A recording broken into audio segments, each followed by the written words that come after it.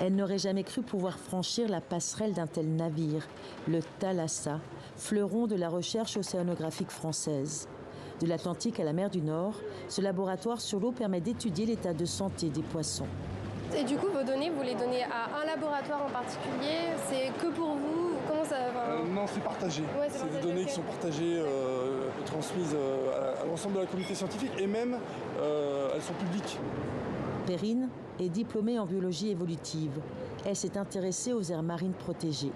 Justement, notre grosse problématique, c'était le chalutage de fond, qu'on voyait vraiment comme hostile aux aires marines protégées. Mais c'est intéressant de voir comment cet outil peut être utilisé à des fins scientifiques, même si je vais avoir des questions à poser aux chercheurs concernant justement le chalutage de fond, pour voir avec lui quelles peuvent être les alternatives, parce que je pense qu'il en existe. Elle n'est pas la seule à s'interroger. Ils sont 50 jeunes de formations et de nationalités différentes à s'engager pour l'océan. Pendant plusieurs semaines, ils ont échangé, travaillé sur les mêmes thématiques que celles de l'UNOC et se sont mis d'accord sur 15 préconisations.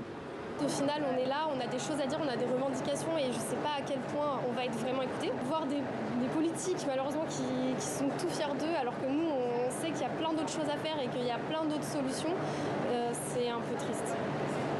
C'est le grand soir. Les jeunes vont maintenant présenter leurs plaidoyers, leurs exigences. Peut-on imaginer un océan sans fond, créons un fond bleu international?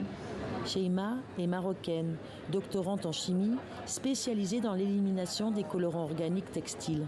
À 28 ans, elle est bien décidée à trouver des solutions durables.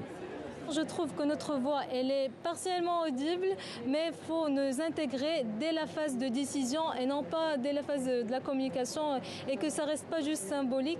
Et aussi parce que les jeunes, ils ont des idées innovantes, concrètes, ils sont le futur. Donc, il